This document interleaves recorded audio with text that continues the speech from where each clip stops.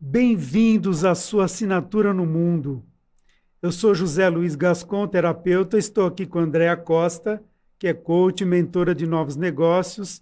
Estou abrindo agora o segundo podcast para vocês do Sua Assinatura. Este podcast busca promover condições para que as pessoas possam revelar o seu melhor para o mundo. Pessoas comuns como eu, como vocês. Fala principalmente das nossas forças internas, nossos talentos, nossa comunicação e do nosso para quê, o nosso propósito. Uma das maneiras de nós cumprirmos o nosso objetivo é trazendo convidados aqui no estúdio que um dia lá atrás decidiram deixar a sua marca. Decidiram deixar a sua assinatura no mundo, que é única e autêntica. E hoje, eles certamente ajudam pessoas a encontrar a sua identidade. Antes de iniciar, gostaria de convidá-lo a acompanhar as nossas páginas no Instagram e no YouTube, O Mundo Positivo. Se você gostar do que ouvir aqui, compartilhe nas suas redes sociais e nos seus grupos de mensagens. Agora eu vou convidar a Andréa para falar um pouco do mundo positivo e do nosso trabalho. O nosso objetivo aqui não é rotular nem classificar ninguém, né, Zé? Aqui a gente quer abrir um espaço muito mais amplo para as pessoas conseguirem se conhecer e compreender todos os talentos, as forças, os valores com base, que usam como base para escolhas na sua vida e que possam perceber que, na verdade, o mundo tem muito mais possibilidade, né, do que a gente pensa. Né, com base nas nossas forças, nos nossos valores, e hoje a gente chamou o Fred para vir conversar com a gente. Fred, qual a sua assinatura no mundo? Pergunta difícil, né? Respondendo um pouquinho da sua, pegando um pouco do gancho do Zé, ser autêntico em todos os lugares que eu vou. Essa é a minha assinatura no mundo. Legal, legal. O Fred, eu conheci, inclusive, o Fred num curso que a gente fez de autoconhecimento, que tem uma ferramenta que é o mapeamento pessoal, da Marcela Irina, que é sensacional, que a gente também usa aqui. E ele usa também na vida dele, no trabalho dele. E a gente queria saber um pouquinho da sua história, Fred. Como que você chegou a conhecer, então, a liderança autêntica, que eu sei que é a base do seu trabalho? Bom, primeiro, obrigado pelo convite, Zé, Déia. É assim, um prazer muito grande estar conversando com o público de vocês, ainda mais falando de um assunto que, como a gente estava falando aqui antes nos bastidores, está tão na moda hoje em dia, que é o ser humano. Exato. A liderança autêntica entrou na minha vida em 2011, mais precisamente, quando eu comecei a estudar mais profundamente esse tema. Conheci o professor Bill George, que é o pai da liderança autêntica moderna hoje no mundo. E de 2011 para cá, ele se tornou um grande amigo, um grande incentivador, inclusive, da minha história. Me ajudou, tem um depoimento grande dele no livro, falando sobre liderança autêntica.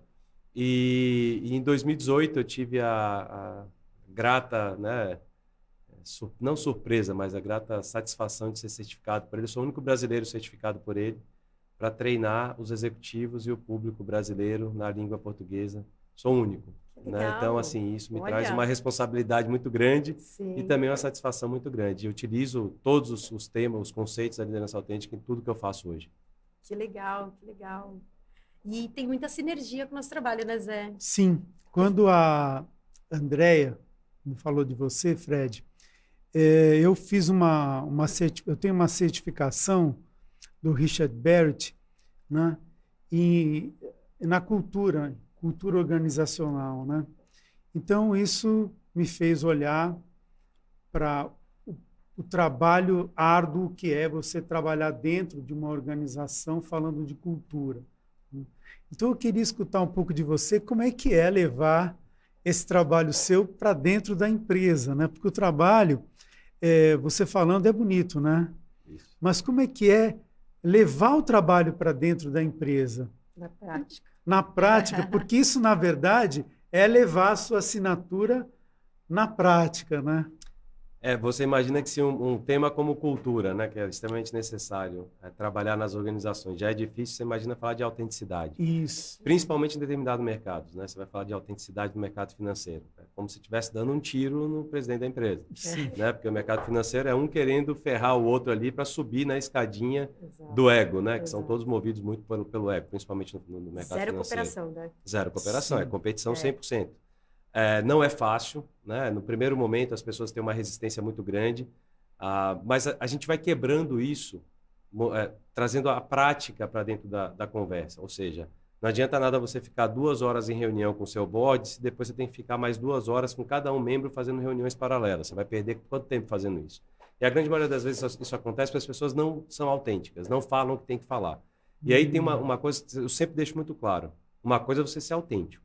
Outra coisa é você cometer sincericídio. São coisas completamente diferentes. Sim. Você pode ser autêntico, falar a verdade, mas sendo gentil e não sendo grosseiro. As pessoas tendem a levar para esses extremos, né?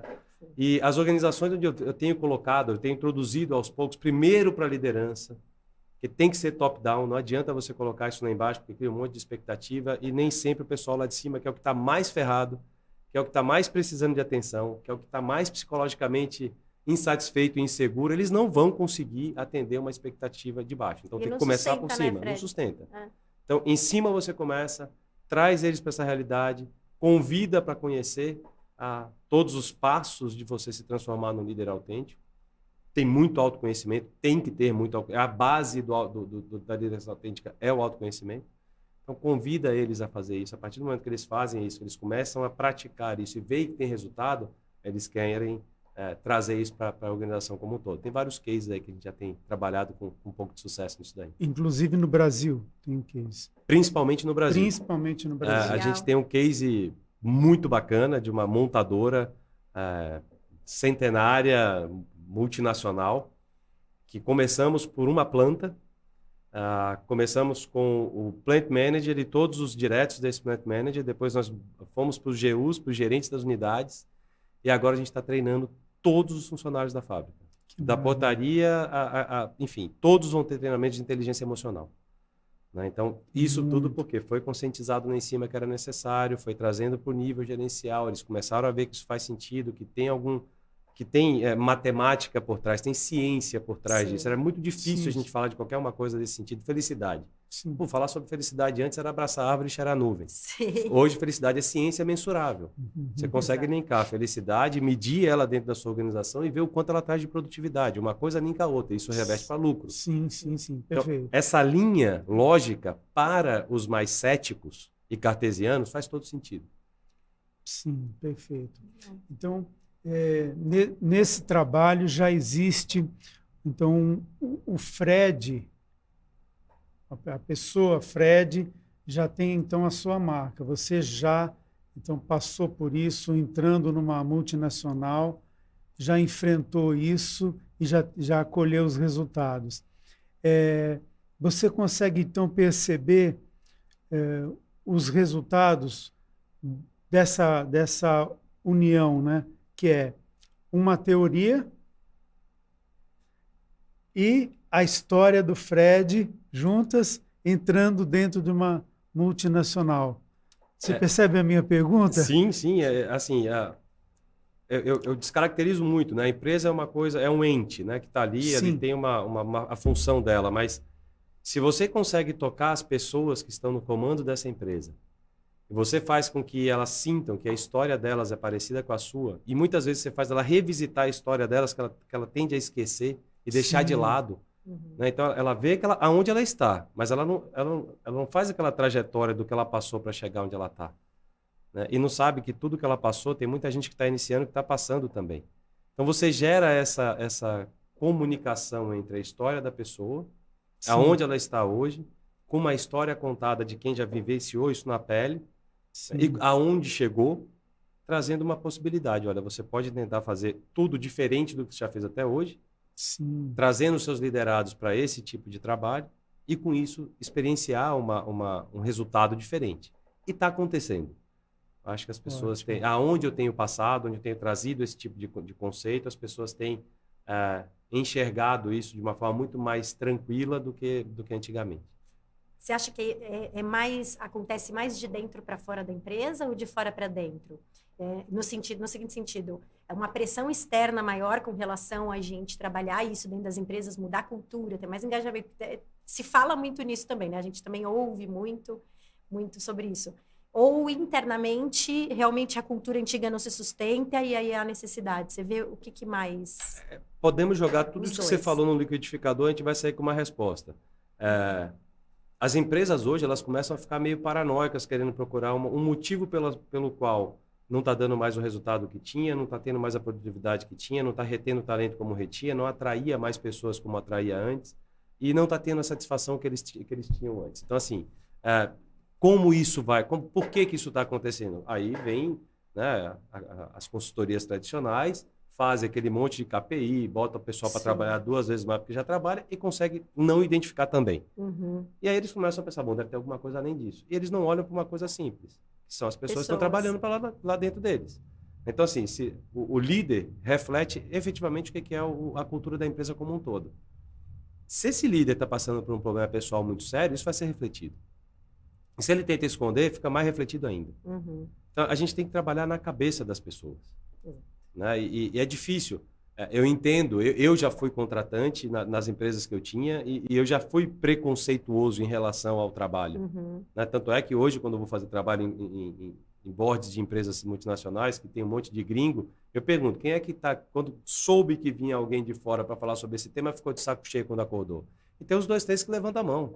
Porque é isso que acontece. É verdade. Sim. Né? Então, assim, aí eu falo para eles, olha, me dá a chance de mostrar para vocês que esse trabalho é diferente dos outros que vocês já fizeram. Sim. Agora, entra de cabeça nele que você vai sair diferente daqui. Sim. E eu acho que as pessoas estão mais propensas a entrar de cabeça em determinados, principalmente quando está se falando delas, pessoas. Porque a mudança está acontecendo no mundo como um todo. Sim. Né? Não adianta você fazer uma empresa bonita, cheia de puff, totó, cerveja de graça e tudo mais. Sala de meditação. Isso. Né? Você faz a sala de meditação e chega o chefe dando porrada na porta para entrar. Viu? Por que você não está aqui meditando? Está precisando. Exatamente. Então, não adianta a gente querer fazer essa dissociação que nós ouvimos a vida inteira. Você chegou na empresa, seu problema pessoal fica para fora. Chegou em casa, seu problema da empresa ficou para fora. Isso é balela, não existe. Tem que botar na cabeça das pessoas o seguinte, nós somos um ser integrado único. Perfeito. Você tocou no tema, então, que é capa do seu livro. Então, vou falar aqui, eu já coloquei aqui, não sei se dá para pegar bem aqui na câmera, né? A capa do livro do Fred. Né? É possível se reinventar e integrar vida pessoal e profissional. Então, eu queria que você falasse agora um pouquinho do livro, Fred. Bom, esse livro ele surgiu da necessidade que eu senti na época de colocar para fora muito do meu conhecimento, sabe, Zé? Fui um péssimo aluno de escola, tanto é que eu comecei a trabalhar com 14 anos de idade, porque eu bombei o primeiro ano da escola, aí meu pai me colocou para trabalhar e desde então não parei. E quando entrei na faculdade descobri o prazer por estudar e não parei mais. Sim. E meu sonho era entrar na Universidade de Harvard. Eu fiquei 8 anos tentando entrar até conseguir. Depois fiquei 6 anos estudando liderança lá naquela universidade, indo e voltando, não direto, né? E o livro surgiu após um burnout. Eu tive um burnout em 2013, tive uma angina, que para quem não sabe é um pré-infarto, é quase a dor do infarto é a mesma, você só não chega a parar, né? E eu tive essa angina lá no dormitório de Harvard, fui parar no hospital e o médico que me deu alta me falou que meu problema, além de todos 150 quilos, colesterol, aqueles índices todos que a gente conhece, estava tudo bagunçado. Dormia 2, 3 horas por noite só, enfim. O meu problema era a infelicidade. E aí eu incomodei com aquilo. Né? Então eu resolvi mudar a minha vida como um todo e compartilhar essa mudança através desse livro. Então eu conto um pouco da minha história aí, né? Mas o livro não é um autobiográfico, eu conto história, mas tem entrevistas, tem exercícios, tem falando sobre liderança autêntica, tem falando sobre nômades digitais, trabalho remoto, enfim, tudo que a gente está vivendo agora. Sim. Eu comecei a escrever em 2015 e hoje... Antecipou, né? A gente estava falando agora há pouco, ele antecipou. E hoje está aí, tem muita coisa do que está aí. Falar sobre felicidade, né? Que é uma coisa que, como meu diagnóstico foi infelicidade, eu fui atrás de estudar. Falar que não existe, estudar que não existe balanceamento de vida pessoal e profissional, equilíbrio de vida pessoal e profissional, isso não existe, isso é balela. Espero que todas as empresas que estejam ouvindo e todos os líderes que estejam ouvindo o nosso podcast aqui, Sim. que não coloquem isso mais nas suas pesquisas de clima, porque é só você trazer uma ansiedade de uma possível solução de algo que não tem solução. Exatamente. Né? E aí eu escrevi esse livro com isso, querendo deixar um pouco aí do que eu estudei, um pouco da minha experiência, um pouco da minha vivência no campo profissional, no campo pessoal, e trazer que a integração, você ser essa única pessoa, que é a base da liderança autêntica, é a base da autenticidade, você ser a mesma pessoa onde você estiver. Então eu descobri esse meu propósito de vida escrevendo esse livro, e todo ano eu revisito o meu propósito e torno ele um pouco maior. Né? Então, Legal. O livro vem muito disso. E eu fiquei muito preocupado, porque eu terminei de escrever o livro em 2017. Sim. E a editora, não, mas nós vamos lançar ele só em 2018. Eu falei, mas como? Vai ficar esse tempo todo, o assunto vai passar e tal. Aí a editora chegou para mim na época e falou assim, Fred, esse assunto ele não vai passar nunca.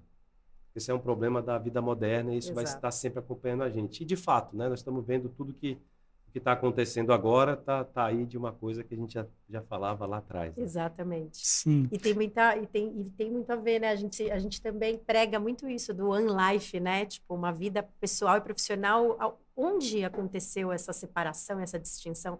Acho que veio muito também do trabalho, da gente pensar que o trabalho está separado, né? Do que a gente gosta ou do que a gente tem habilidade e talento, que a gente fala muito, né, Zé?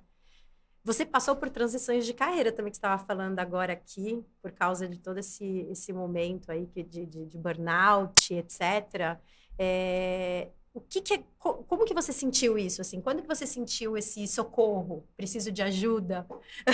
Como que foi para você? Porque as pessoas, muitas das quais a gente conversa, a gente também estava falando um pouquinho antes aqui sobre isso, elas sentem que tem muita idade, que já não tem condições de aprender novas habilidades, que a vida acabou quando chega nessa fase, ou já tem tudo e não se sente feliz. Enfim, e aí a gente não acredita nessa questão da transição de carreira, na verdade. A gente acredita que as pessoas colocam como se a vida delas fosse a carreira ou o trabalho, se identificam com elas, né? Como que foi para você? Como que foi essa virada de chave? Isso pode ser uma fuga também, né? Sim. O Zé pode muito melhor do que eu falar isso. As pessoas... Tanto é que a quantidade de pessoas que se divorciaram na época da pandemia foi gigante, porque teve que conviver, né? Com pessoas que é estranha. Puta, tem uma pessoa do meu lado aqui, eu tô acostumado a viajar de segunda a sexta, volto para casa só no sábado e olhe lá. Quem é ela, né? Quem é essa pessoa? Quem é esse homem? Quem é essa mulher? Quem é esse companheiro que está aqui junto comigo, que eu não sei quem é? Para mim, eu acho que foi muito do susto desse negócio da infelicidade. Aquilo foi uma porrada muito grande para mim. Porque eu tinha tudo. Né? Com 38 anos, que foi quando aconteceu isso comigo, eu tinha tudo. Tudo que o dinheiro podia comprar, eu tinha.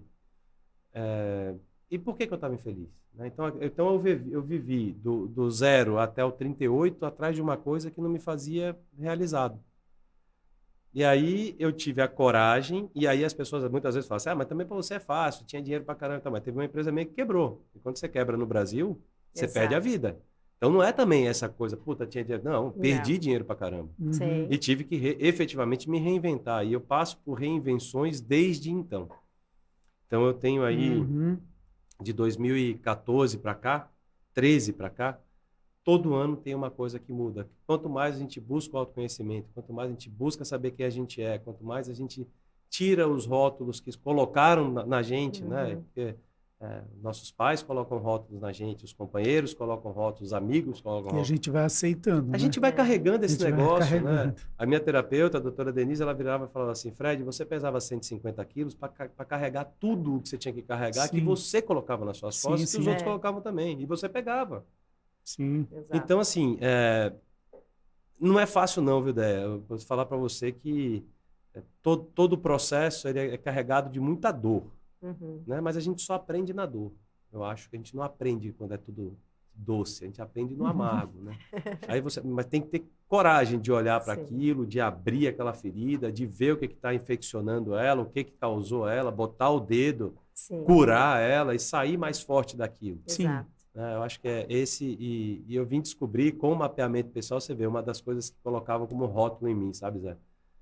Você é uma mula empacada. Quando você quer uma coisa, você só para quando você consegue. Jura? E aí eu fui entender que eu sou um executor vermelho, executor de fogo, impulsionado por determinação. Então eu não sou a mula empacada, eu sou determinado. É o seu talento. É o meu talento, é a minha força. Essa é a sua força, exato. Né? Então, assim, será que isso é tão ruim? E as pessoas colocavam como uma coisa ruim. Né? Então, assim, a gente vai pegando pra gente os rótulos que as pessoas colocam na gente, e a gente vai se apropriando deles, e não são nossos. E aí quando você começa a se conhecer, abre uma avenida gigante na sua frente, você fala, caramba, então esse rótulo aqui não é meu. Essa pessoa que está do meu lado, ela está me botando para baixo em vez de me empurrar para cima. Exato. Esse hábito que eu tinha aqui, em vez de ele me colocar bem, ele me coloca para baixo também. Então, o que eu tenho que fazer de hábitos novos? O que eu tenho que fazer de me cercar de pessoas que me tragam o meu potencial? E não se importar muito com o que os outros acham. E a gente tende a se importar muito com o que os outros acham, e aí você deixa de ser autêntico. Né? Então, assim, parece muito simples falar, mas é muito complicado. É bem complicado. O Richard Barrett, né, que trabalha então com essa coisa da cultura, né, ele fala um pouco disso, vou traduzir para a linguagem dele, né, mas você vai entender, todos vocês vão entender.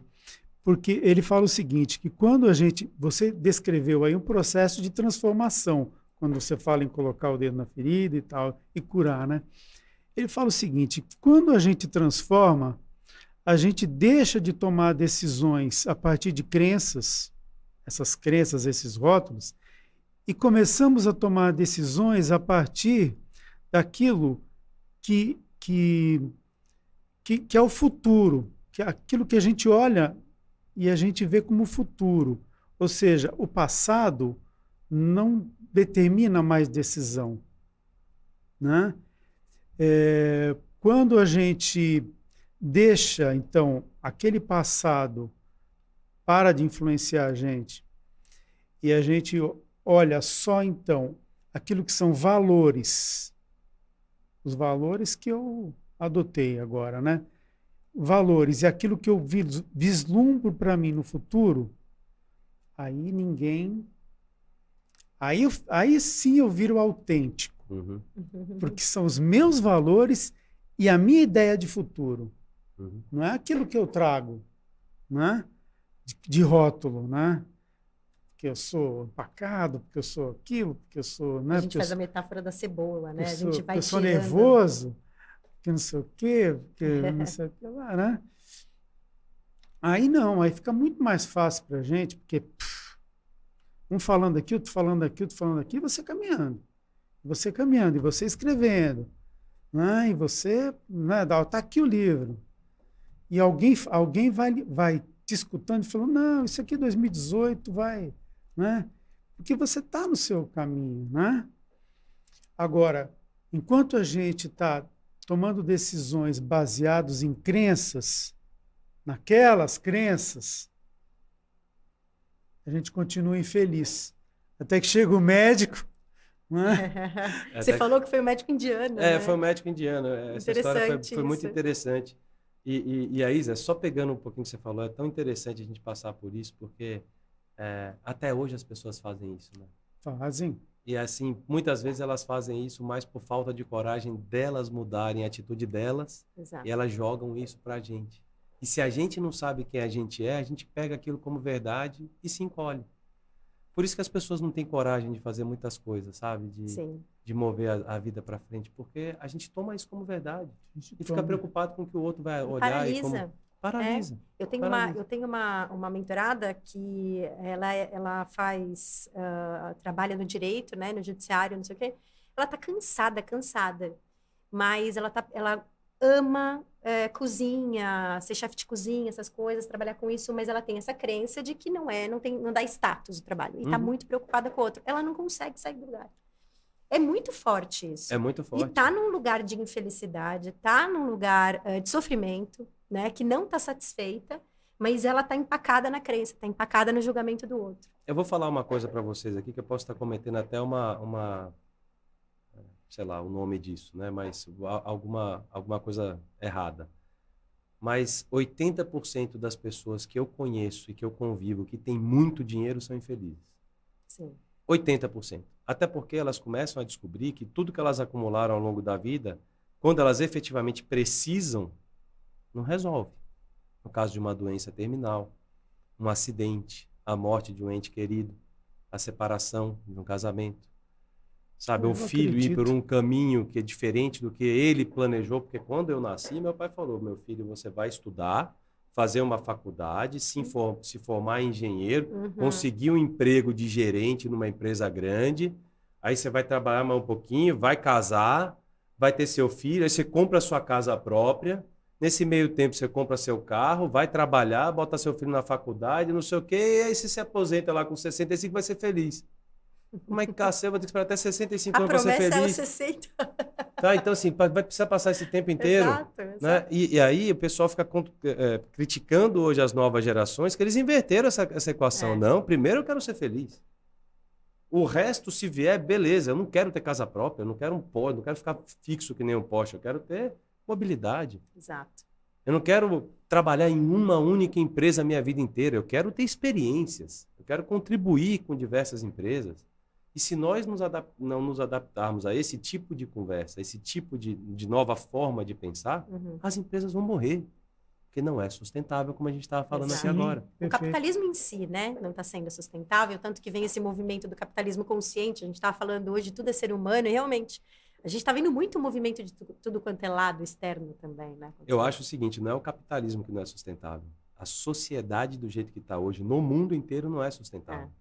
Eu não gosto de sentido. rotular uma única coisa. O dinheiro Sim. é bom. O dinheiro Sim. não é ruim. Sim. A gente só não precisa morrer por conta dele.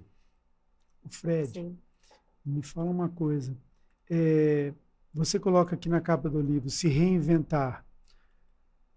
Você que já se reinventou, então entra numa empresa com essa moral. Mas para convencer alguém a se reinventar, você deve sofrer um pouquinho, né? Como é que é propor isso para os líderes das empresas, para os diretores, para os gerentes? Olha, você vai ter que se reinventar. Porque, claro, você chega lá e você vê que é necessário, né? A pessoa tem que fazer mudanças, né?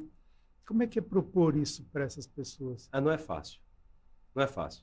Principalmente em grandes empresas. As pessoas que chegam no topo das grandes empresas, elas têm em mente que elas já conquistaram tudo. E o que é um cara de 46 anos de idade que já passou por isso, vem ensinar para mim se ele não está sentado onde eu estou? Porque se ele fosse bom, ele estaria sentado aqui, não onde eu estou. Né? E aí a primeira coisa que eu falo para ele é o seguinte, mesmo que você queira me oferecer e me pagar o dinheiro que você quiser, eu não sento onde você está. E eu convenço a você que está onde eu estou é melhor de onde você está. Já gostei disso. Porque você... E outra coisa, Zé, eu sou eu gosto muito de moto, né? Eu ando de Harley, tem uma música do Metallica, se não me engano, que é do Ace of Spades, o Ás de Espadas. O Ás de Espada é aquele motoqueiro solitário, aquele que vai para a estrada e anda sozinho. Tá certo? Eu sou eu sou uma consultoria de um homem só. Eu utilizo ferramentas de algumas outras, eu me junto a pessoas que eu confio para fazer trabalhos maiores, mas determinadas coisas eu vou sozinho. Então, eu não devo nada a ninguém em termos de procedimento de uma Big Four. Eu falo o que eu tenho que falar e o que vem na minha cabeça. Se eu tiver que chegar para o CEO da empresa e falar que ele é um incompetente, eu vou falar. Se ele me der motivos para tal, eu vou falar. E isso é fácil de pegar com número. Porque se eu pego os números da empresa que me contrata, vejo que os números estão ruins, que a produtividade está baixa, que a empresa não é lucrativa, que está perdendo talento, que não consegue contratar, e pergunto para o cara de quem que é o problema e fala que é do RH ou do financeiro, eu falo assim, não, o problema é seu. O errado é você. Você não é o líder. Tanto é que eu falo para todo mundo, você quer contratar um líder hoje, um CEO para uma empresa, contrate alguém que tenha habilidade emocional, que saiba lidar com gente. Porque com financeiro você treina, com TI você treina, com marketing você treina, comercial você treina. Agora, tem que saber lidar com gente. Então, se o cara está ali sentado numa mesa de 500 metros, numa sala de 500 metros quadrados, olhando um monte de tela e achando que aquilo ali resolve, tá errado. Não é fácil convencer, não, Zé. Não é fácil. Mas, por muitas vezes, eu já ouvi do lado de lá a pessoa falar o seguinte, caramba, você teve coragem de falar isso pro CEO da empresa? É o máximo, vai acontecer ele não me contratar mais. E ok. Eu deixei a minha assinatura lá. Exato. Eu falei para ele, olha, eu já passei por isso, eu já vi isso, não só aqui no Brasil, mas no mundo inteiro. Já conversei com pessoas que passaram pela mesma coisa e digo para você, o caminho está errado. Então, para vocês que estão acompanhando a gente, a minha pergunta foi justamente nesse sentido. Perceber agora que o Fred deixa a marca dele. É exatamente isso, não é, Andréia? Total. Total. O Fred deixa a marca dele, né? Deixa a assinatura dele no mundo. Exato. É isso que é importante, Fred. Você percebe? Porque você falou da música do... Como é que chama? Acho que é do Iron Maiden. Não sei se é Iron Maiden ou Metallica, o Ace of Spades. Porque a importância de nós trazermos pessoas aqui para esse podcast, né? Que deixam a sua marca é justamente essa, para saber, você é uma pessoa comum. Né? Uhum. E você foi lá, ao longo desses anos, você construiu o Fred, que entra na empresa multinacional de uma maneira autêntica e mostra para as pessoas o que é possível fazer para melhorar. Estou errado? Certíssimo. É isso que você... Né? Exatamente. Está tudo aqui, escreveu aqui. Isso. Certo? Registrado. Está registrado aqui. É isso, né? Ou seja, não existe mágica. Existe um caminho, né? A pessoa precisa fazer um trabalho de autoconhecimento, né? E existe um caminho, mas é possível para qualquer pessoa fazer um caminho onde ela possa trazer o seu melhor para fora, né? Uhum. Trazer o seu melhor para o mundo. Né? E veja bem, é possível fazer isso e continuar se sentindo bem, né? Melhor. Muito, melhor, muito bem, né? Isso aí. E é o que eu falo muito, sabe? O peso que a gente tira das costas, quando a gente tira as máscaras que a gente usa no dia a dia, é tão grande, que você começa a andar numa velocidade que você tem que tomar cuidado. A mesma coisa quando você pega um carro muito potente. Você vai querer andar numa velocidade, mas o trânsito, ou seja, as outras pessoas que estão no seu redor, eles não estão na mesma velocidade que você, porque eles ainda estão carregados de massa. Você tem que tomar cuidado com isso. Para não parecer arrogante, para não parecer charlatão. Então, a linha é muito tênue, né? Mas eu acho que principalmente o que a gente tem que ter é coragem, sabe? A coragem, ela vem muito ligada à vergonha do que os outros vão achar. Você teve coragem de falar isso, não ficou com vergonha? Eu não fiquei. A coragem de você falar assim, eu já estive aqui, hoje eu estou aqui, mas eu vou voltar para onde eu quiser, não para onde você quer, ou a sociedade quer. Né? Eu falo para todo mundo, quando eu li esse livro já umas 4 vezes, e toda vez que eu leio eu me surpreendo com alguma coisa. E o meu processo de reinvenção, ele é diário. Todo dia que eu acordo eu tenho que me reinventar. Eu assumo coisas, muitas vezes, maiores do que eu poderia assumir. Mas eu quero deixar minha assinatura no mundo de alguma forma. Nem que seja para uma pessoa, para uma empresa, para uma comunidade, para uma cidade, para um país, não sei. Mas eu vou em busca disso. Quando você diz isso, Fred, maiores, é porque você colocou, às vezes, um limite nas suas possibilidades, né? Uma coisa que não tem limite, você, né, foi lá e colocou um limite. Você fala, não, estou assumindo coisas maiores. Não tem limite, né, Fred? Exato. Não tem limite. Eu ia tocar nesse ponto. A gente, quando entra nesse lugar, a gente, na verdade, quando a gente se autoconhece, abre esse lugar que você falou que abriu, na verdade, ele é infinito. É infinito. O nosso poder de ter ideias, de pensar, de criar, de desenvolver, de fazer, vai pela nossa conta. Eu acho que é infinito mesmo. Por isso essa velocidade, né? E a gente fica eufórico. Porque cada dia é uma coisa nova. Você está totalmente conhecendo o seu poder, o seu potencial. E o mais gostoso é o seguinte, é você respeitar. Porque não é todo dia que você vai estar bem para andar na velocidade que você quer entrar. Eu, há 20 anos atrás, Fred, quando comecei a trabalhar como terapeuta, a gente tem que fazer supervisão, né? Tem um período de supervisão. Eu tinha um supervisor e eu falava assim, gente, se entrar um cara muito doido aqui, eu estou começando agora, eu vou falar, ó, eu não tenho condições de te atender, né? E ele falava para mim, não funciona assim, José Luiz, não funciona assim. Daquela porta só vai entrar gente que você tem condições de atender. Então, Não se preocupe. Mas a gente não acredita, né? A gente confia. aqui tem um gatilho no inconsciente que a gente não acredita, a gente fica desconfiado. Depois de 22 anos, eu agora acredito. Agora eu já acredito. Só entra quem eu tenho condições de atender. Às vezes tem uma recaída. Uhum. Entra alguém assim, você fala, nossa. Não vou dar conta. E agora? E agora? Né? Mas tenho condições de atender, tenho condições de ajudar, né? Então, por isso, a gente às vezes põe limites, né? Mas não tem esse limite, né? Você pode chamar uma equipe, você tem recursos, né? Minha mãe e meu pai sempre falam isso para mim, meu filho, nada vai cair para você que você não tenha condição de pegar e resolver. Mais uma vez a gente cai na história da família, né? A família é a coisa... Ou te puxa para cima ou te puxa para baixo. Ou te puxa para baixo. Tem as duas, mas lá em casa, graças a Deus, meu pai, minha mãe, meu irmão, nós somos 4 aí que a gente sempre se puxa para cima, todo mundo. Vocês têm que origem? Vocês são... A minha família é bagunçada, Zé. Meu pai é carioca. Que origem legal essa. Meu pai é carioca de Pinheiral, que é uma cidadezinha pequena do lado de Volta Redonda. Ele saiu dessa cidadezinha, foi para Uberlândia, Minas Gerais, fazer faculdade de engenharia, casou-se com a minha mãe. Então, minha mãe é de Minas. Aí foi para Joinville, Santa Catarina, fazer uma obra, nasceu eu. Aí depois de lá, rodou por mais algumas outras cidades, chegou em Patos de Minas, fazer outra obra, nasceu meu irmão. Nós mudamos umas 15 vezes até chegar em Salvador, na Bahia, ficamos lá por 30 e poucos anos. E aí regressamos todos para Jundiaí. Meu irmão veio antes para Jundiaí, depois a gente montou filial da empresa lá, e hoje estamos todos morando em Jundiaí.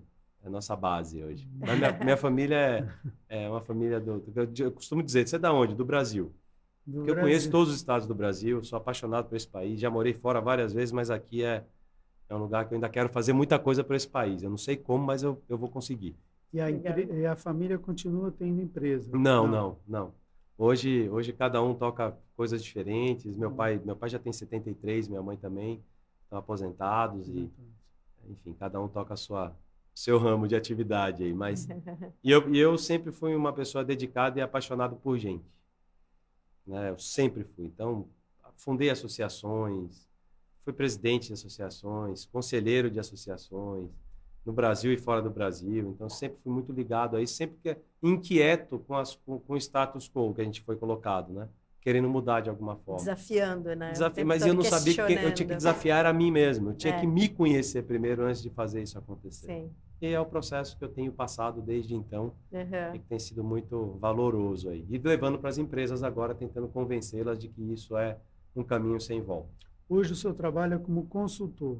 Hoje eu estou como consultor, trabalho com liderança autêntica, faço muito team building, principalmente para multinacionais. O Brasil tem uma carência muito grande de consultores que falem inglês e que consigam fazer um trabalho em inglês também, né? Porque não é só você falar, pedir um McDonald's nos Estados Unidos, mas é debater e conversar de uma forma estruturada. Sim. Então, muitas empresas chegam a mim por isso. Eu fiz trabalho com Comex de muitas multinacionais grandes, eles se conversam entre si e aí eles vão me chamando. Então, eu sempre tento trazer alguma coisa de autoconhecimento, muita liderança autêntica no processo, conceitos de time que interagem de uma forma mais autêntica, e aí eles conseguem desenvolver uma afinidade maior, né? Muito legal. Sempre trazendo autoconhecimento, sempre. E é para sempre, né? O autoconhecimento é para sempre, pra né? sempre. Não acaba nunca. Não acaba nunca. Não acaba porque quanto mais... Eu acho que isso aí é que nem o pote de sorvete, né? Quando acaba, você compra outro. Exato. Então, o autoconhecimento é o seguinte, quando você pensa que está acabando, vê uma coisinha que fala assim, não, você está começando agora. Fala, então tá bom, então vamos de novo. Sim. Não é, assim, eu falo para todo mundo, Déia, não é fácil. Você tem que ter muita perseverança e muita determinação para abrir certas coisas que você não quer abrir. A gente esconde a nossa sombra o máximo que a gente pode esconder. Você falou uma vez sobre vulnerabilidade, que a gente estava num grupo, e eu achei muito interessante isso, porque assim, a gente vê poucos homens no autoconhecimento. Né? Hoje a gente vê mais, né, Zé? Desculpa, mas a maioria é mulher, realmente. Hoje não, hoje já tem mais, né? E aí ainda levando como consultor, né, tendo que questionar, bater de frente, né, com o mercado, né, com as organizações, eu acho interessante isso que você falou sobre vulnerabilidade. Tem que chegar nesse... Veja, vulnerabilidade está diretamente ligada à autenticidade. né? Então, eu sempre bato nos caras. Assim, você pensa que você sabe tudo, é o primeiro ponto para você falhar. Você não sabe Sim. tudo. Né? Se você não mostra para o seu funcionário, para o seu liderado, que você é humano, que você sente dor, que você está passando por um momento difícil, que você chora, que você tem medo, que você não sabe, o cara vai pensar que você é um super-homem e vai jogar tudo nas suas costas. E aí vai falhar. Se você mostra vulnerabilidade, você coloca o cara na mesma página que você, porque ele também tem dor, ele também está sentindo necessidade, também quer ser acolhido. Por mais duro que você seja, vai ter uma hora que você vai ter que acolher uma pessoa. Exato. Então, assim, e é interessante você falar isso, Débora, porque naquele específico grupo, éramos 3 homens e quantas mulheres tinham lá? Era um monte, eu não lembro, mas mais de 15 mulheres ali. Você entendeu? Então, assim, É. existe ainda um preconceito em relação a homem cuidando disso. Tanto é que a Brené Brown, que escreveu A Coragem de Ser Imperfeita, Sim. ela começou a trabalhar com o problema das mulheres e falou assim, não, mulher não tem problema, o problema está no homem.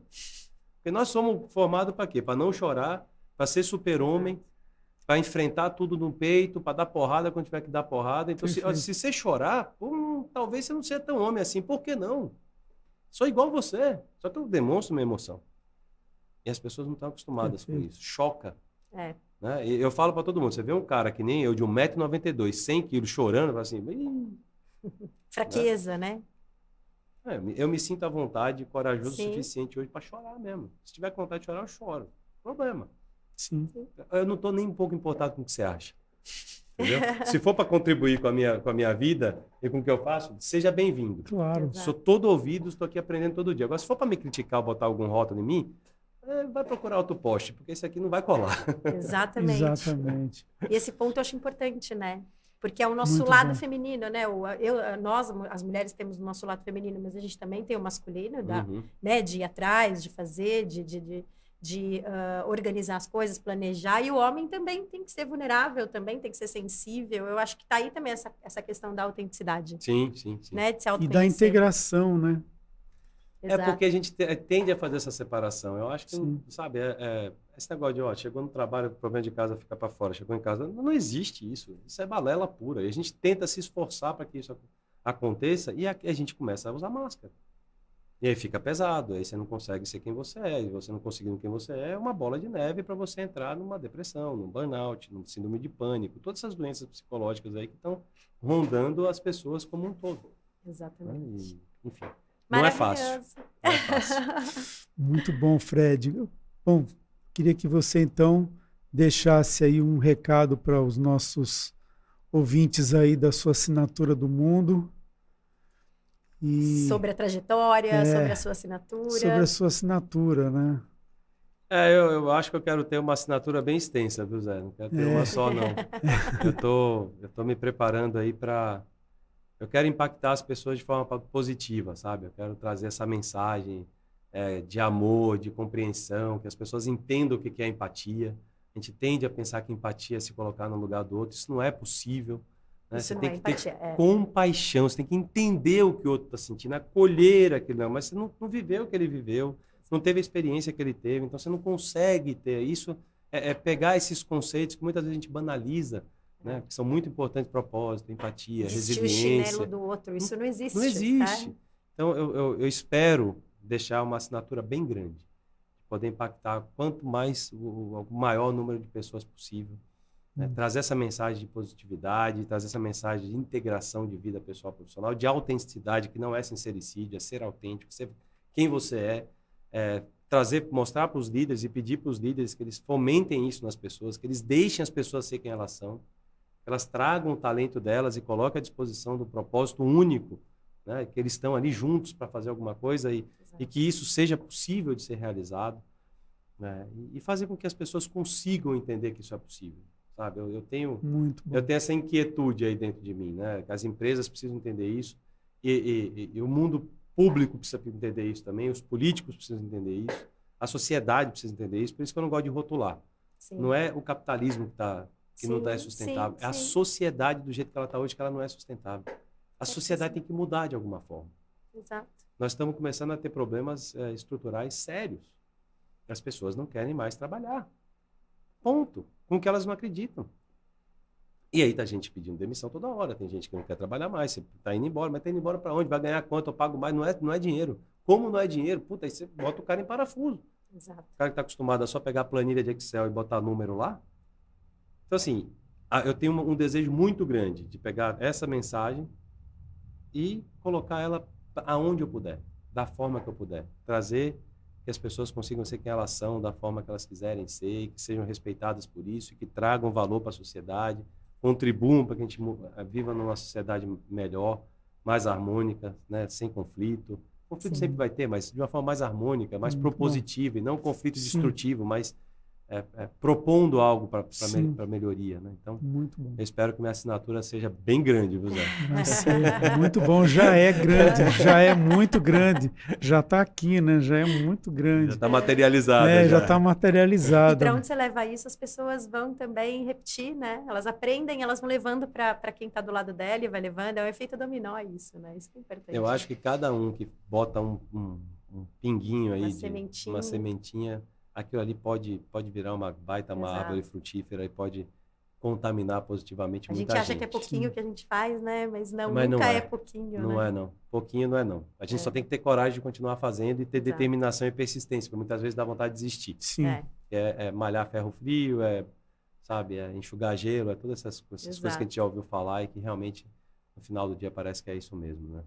Legal. Ai, Fred, muito obrigada. Obrigado. Muito obrigado. Uma honra você ter vindo, foi super gostoso. Eu acho que essa palavra autenticidade marca muito esse nosso tema, sua assinatura no mundo. É básico para esse tema nosso. Muito obrigado, Fred. Imagina, contem comigo, sempre. Muito bom. Eu que agradeço. Obrigada, pessoal. A gente vai encerrar por aqui. Vocês sigam a gente no YouTube, curtam, compartilhem. Troquem aí, curtam a gente no Instagram, né, Zé? O que mais? Eu não sei, porque eles passam por tanta coisa, a gente nem... Mas curtam e acompanhem a gente sempre aí. Beijão. Obrigado.